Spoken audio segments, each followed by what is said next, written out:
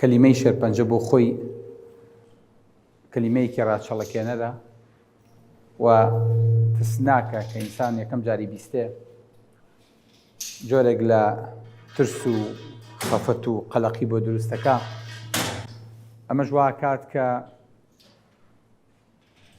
تەوازوونی ئینسان تێکەیە، ئەوەی کە پێشتر ئینسانێک بە کەشخەی یەتە بازار و خۆی گۆڕیەوە بە پەلەپیتکە خۆیەتەکێنێ و لەسەر مۆدیلاتە ڕوا و دڵی بە بەزم و دنیا خۆشە و خواخوایەتی لە شوێنێ حەفلەیە بێبانگی کەن و لە شوێنێ مناسبەیە بێ دەرکەوێ و ڕۆژانە لە سۆشیال میدیایە پۆستەکە و ئیتر بە هەر چوار پەلباوشی بە دنیایە کردو و دڵی پێی خۆشە و ئیتر پێی وایە ئام دنیایە بۆ ئەم دروست کراوە و قاچی لە ڕاکێشاوە و بیر لەوا کاتەوە چی بکاو بۆ خۆی و بۆ مێردەکەی و لە باخ و لە ماڵ و لە حاڵ و چۆن مەتبەخەکەی بگۆڕێ و چۆن میوانەکەی دەستکاری کاو چۆن مناڵەکانی گەورەکە و چۆن باخ بکا و چۆن سەفەرکە. لە پڕێکا شێرپەنجێت ئەڵێ ستۆپ هەرچی ئەمانەیەتی لی تێکەیە. بەداخەوەمانە خۆشەویستەکانم وای لێ ئەم ئینسانە تەوازوونی تێکەچێ ئەڵەی سەدمەیەک لێ یاوە خۆی پێ ناگیرێ، زۆرجار ناتوانێت قەرار بە، زۆرجار ماوەیەکی باش پێویستی بەوەیە کە بگری ئەوەی کە لە دڵیایەتی بێنێتە دەرەوە.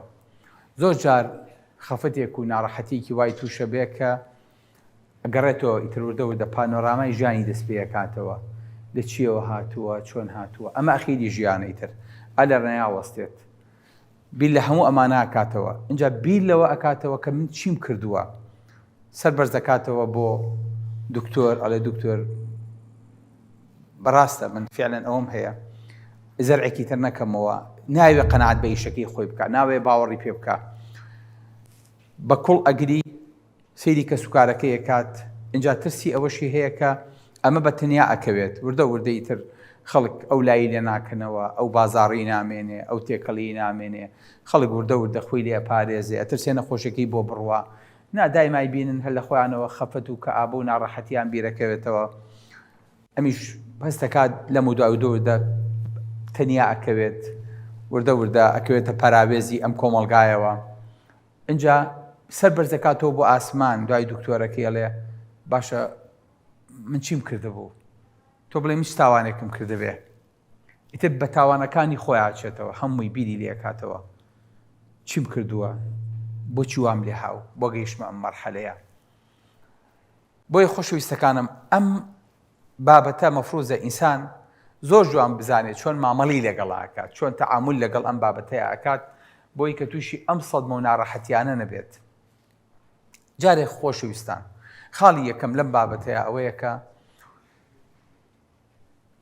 ئێمە پێویستمان بەوەی حەقیقەتە بیزانین. ئەوەی کە ئێستاکەنە من و توی تیا ئەژین وەکو ئێستا ئێمە لە تاقیکردنەوەی واتە ئێمە لە باشتانین، لێتان تێک نەچێ، خۆشتان بێتەوە بۆ بەرخۆتان. ئێمە لە ناو دنیایە کە ئەژین کە هەر هەمووی کە بەد و ناڕەحەتی و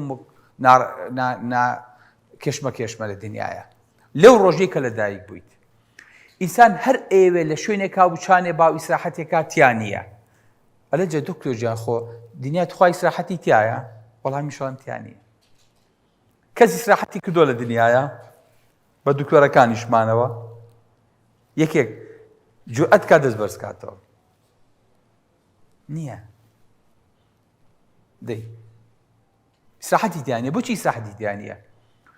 چونکە تۆ لە سەفەرایت کابراچێ بۆ عەمرە بۆ ئەو شوێنە خۆشە هەلێ بەخوا کاکتۆر خۆش بووەست بە قورعان ئەوە ناڕەحەتە، ئەوە ڕێگەکەی دوورە، خاسە نەگەر بە پاس بڕۆیت کورە و نەقەڵە باڵغا کورە هەر نابڕێتەوە ئەو ڕێگەیە، کورە وەرە و لەم فندقە و بۆ ئەوێ و لە مەکەوە بۆ مەدینە و لە عەمرەوە بۆ سەفا و لە چی و چی و بە قورعان کاکتۆر ئەوە نمونەی ژیانە باوکردجان. بۆیە ئەبینیت شوێنێک نییە ئینسان ئیسراحەتی تیا بکات. هەر کاتێ ئینسان بە ئیمامی ئەحمەد یانوتیان ئیمام ئەحمەد مەتە ڕاحە، وتیان ئیمامی ئەحمەد کەی ئینسان ئیسراحەتەکە؟ فەرمی عندما تضع أول قدمك في الجنة. هێشتا لەم دیو بەهەشتی ئیسراحەتی تیان نییە. فەرمی یەکەم قاچی خستە ئەو دیو بەهەشتی تر گەڕانەوەی نییە، ئەوەی کاتی ئیسراحەتە. الله